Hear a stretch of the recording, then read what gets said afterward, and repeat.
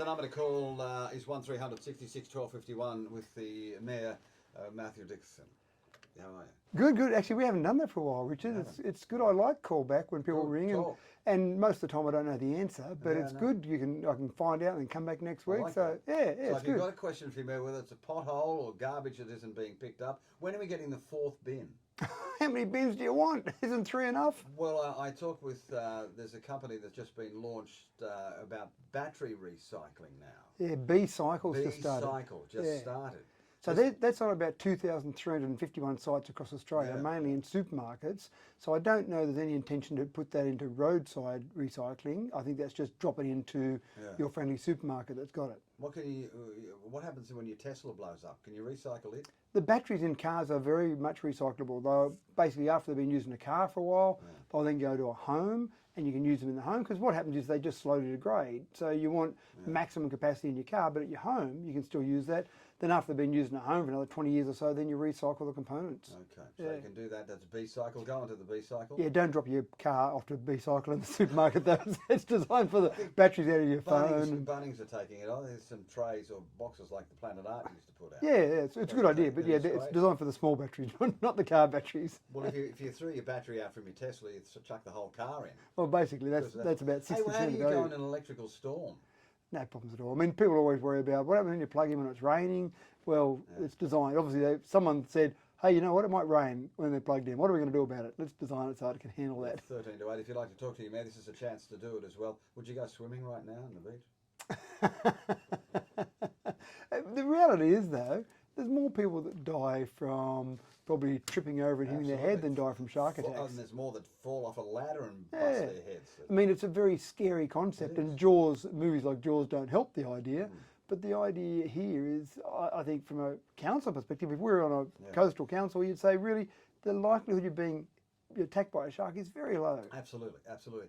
Speaking of which, those buoys in the river, have we rescued the one that broke loose yet? No, the idea was that we've got to wait for that flow of water to slow down. Obviously, when the water stops being put out of the dam at the level that it's coming out now, then we'll get the chance to repair it. But at the moment, it's just too difficult to repair it. Yeah. So advice, don't swim in the river? No, swim in the river, that's fine, as long as you're a good swimmer. Yeah, again, it's flowing fast, but those buoys there, obviously if you're going towards the weir, just make sure you're aware of it, there's signs there.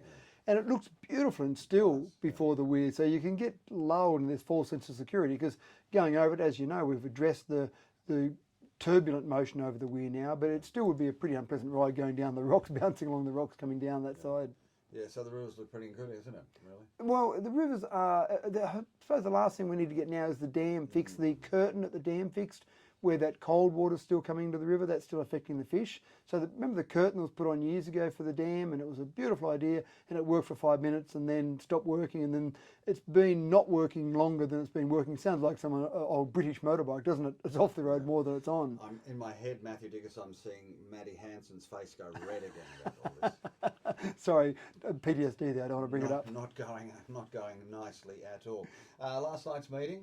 So it was a workshop last night we had. Which is what? So basically, you bring out your planes and your levelers and all that stuff. That's right, we get the balsa wood out.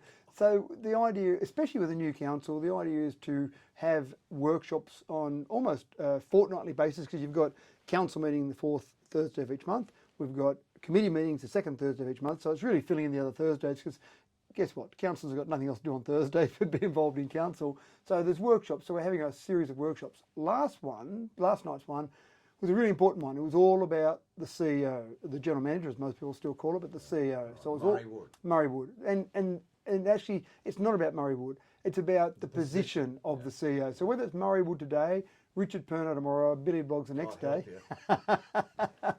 And that's what we've got to do. We've got to create a structure that allows any CEO. There's a rule book for a CEO anyway, isn't there? Correct. There's a rule book, and then in that rule book there are guidelines, and there are also things that each individual council. Are they guidelines or laws? No, there are some things that are stipulated by law. For example, how long a contract you can give the CEO is stipulated by law. You can't go longer than 5 years. Well, Murray was put in for 5, wasn't he? He was put in, last year he was put in for 5. So you can't go longer than that. You can't go shorter than a year.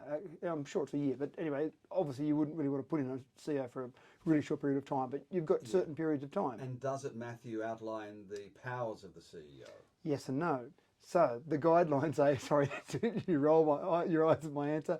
The guidelines say here are the things, and there are certain things that you obviously can do and can't do, but in between those, the council itself can give you a range of powers and delegation. So there's certain things you can do under delegated authority. There's certain things you can do, for example, tenders. It used to be $150,000 for any job that council wanted to do over that, had to go to tender, had to come back to council to be approved. But now the Office of Local Government says, oh, you can go above 150. Each council can decide what level you go to.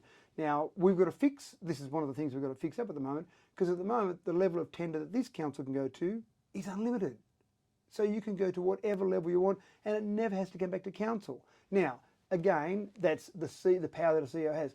I think that's too much power for a CEO to have. What's the point of having council sitting around going, we'll decide on those tenders, oh, none are coming to council. So it's got to have a ceiling, hasn't it? It's got to have a ceiling. But again, the last council didn't put a ceiling in place. So that's one of the things we've got to fix. We've got to put a ceiling. Somebody could come into town, put a tender in for $55 million something or other, and what? The smart water meters, the installation of that didn't go out to tender, didn't go to council. $5 million we spent because the CEO had the power to do that. So again, and this is what I stress, this is not about Murray Wood, the individual. This is about the sensible powers of CEO. So one of the things we've got to do is put in a ceiling to say, no, if a tender's over, whatever figure we think is appropriate, it might be 250, it might be 500,000, it might be 150,000, but whatever figure we think is appropriate, you don't want to have it $5,000 because that would mean so many things. This council spends $250 million a year. All these things at $5,000 you're spending come to council? No, that'd be crazy. Again, going the other way too far, never coming to council seems crazy as well. So you've got to come up with a reasonable level in between there. You also get to the powers that you've got at council meetings versus the power you've got at committee meetings. Yeah. And one of the things there is at the moment, or the last council allowed development applications to be approved at committee meetings. Yeah. And again, most people in the community didn't feel comfortable with that. So these are things we've got to go through, and councillors have got to be comfortable. They might still want to go through committee meetings. Personally, I would go to council meetings only for development application. But it's all these things you've got to just, these nuances to get to the point where we're comfortable as councillors allowing staff to do their job, but also having some oversight where the community is comfortable. Should the CEO be a firewall there for? The CEO or really... a Senate of sorts? Not really. I think the CEO really is there to carry out the direction and instructions of the council, the elected body of council, and then allow the CEO to instruct his staff to make sure the instructions are being carried out from the council. So that's the real job of the CEO, is to make sure you're carrying out the instructions of the council. Totally neutral. Totally neutral, absolutely right. And every CEO I've been involved with, which has been Tony Kelly, Mark Riley, and now Murray Wood, have been very good at just going straight down the line, playing a straight bat, not playing favourites, not really injecting their opinion, giving expert analysis, but not, I think you should do this because you're all a bunch of idiots if you don't do this. It's more, here's what the experience has shown is a direction to go without really playing favourites. So Mathew Dickerson, you've got to set a ceiling. Absolutely, that's one of the many things we've got to do. Yeah. So you can't just have unlimited, can you? Well, you can at the moment. That's what it's set at the moment. Prior to that, then, was there never a ceiling in place? So if we go back before, so my last time on council, the Office of Local Government said every council had a ceiling of $150,000. Now, places like Sydney City Council said 150 grand, we spend that on lunch money. That's too small for us. Over more would. That's right. So they're a huge organisation. So $150,000 was too small for them. So they lobbied, and other councils as well. But then the Office of Local Government said, fair enough, there are different councils that need different requirements. So we'll let each council set their limit on tenders. Yeah, you set freedoms like that, you're into all sorts of can of worms. Well, I think it's usually okay. Most councils, most group of councils say we need to set a reasonable limit. Again, for whatever reason, I don't want to look at the past. So this council didn't. What ceiling are you going to set then?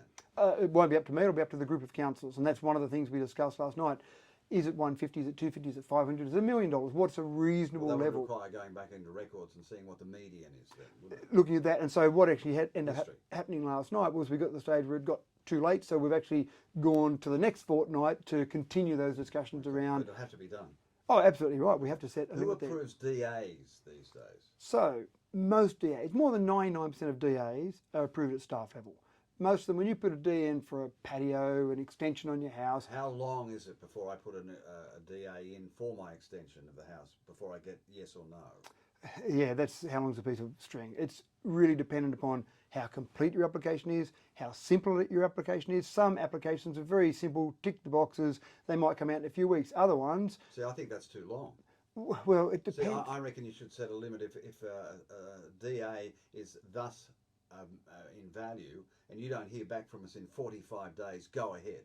I think there should be a go ahead rather than a don't go ahead. There is a thing, the opposite of that, there's a thing called a deemed refusal. Yes. If it's been in for too long, you can actually, as the developer, as the proponent of a DA, you can say, it's been in X number of days, that's a deemed refusal, I can go straight to the Land Environment Court and try and get it settled that way, which obviously we don't want. We don't want that process to happen. Too costly. But again, there's so many different levels of DA. So let's take, for example, the development that's happening at the moment, number 1 Church Street, huge development, Dubbo's biggest apartment block. So that's a DA that is not going to be put in and come out a couple of weeks later. Now that DA has been approved, but that didn't take a couple of days or a couple of weeks because it's a very complicated DA and there's so many things to consider. If I just want to put a veranda up in my house. That's the sort of thing that I'm talking about. Simple DA. If you put the paperwork in, it's all correct. You've got someone professional to do it for you.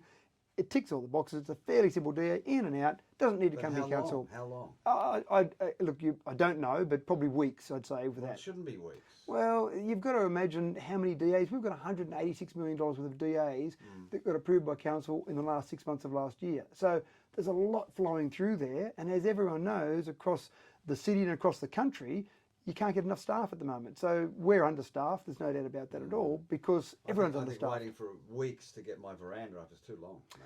Well, you're probably going to spend longer than that trying to get a tradesman to actually do the job for you. So, again, it's reasonable in terms of the scheme of things, but I'd have to tell you exactly the number of days for them, the simple ones. Those two things are important, aren't they? The powers of the CEO and also that ceiling you're going to set, that's for another later date, but I'm sure you want to bring that in ASAP. Well, we want to, and again, at the moment, we've got a very sensible general manager or CEO. He's not just saying, I'm going to do whatever I like. He's bringing tenders to council. Already we've seen one tender come to council. Because again, he's sensible and all. You've got to set this up for positions, not people. That's right. And the DAs.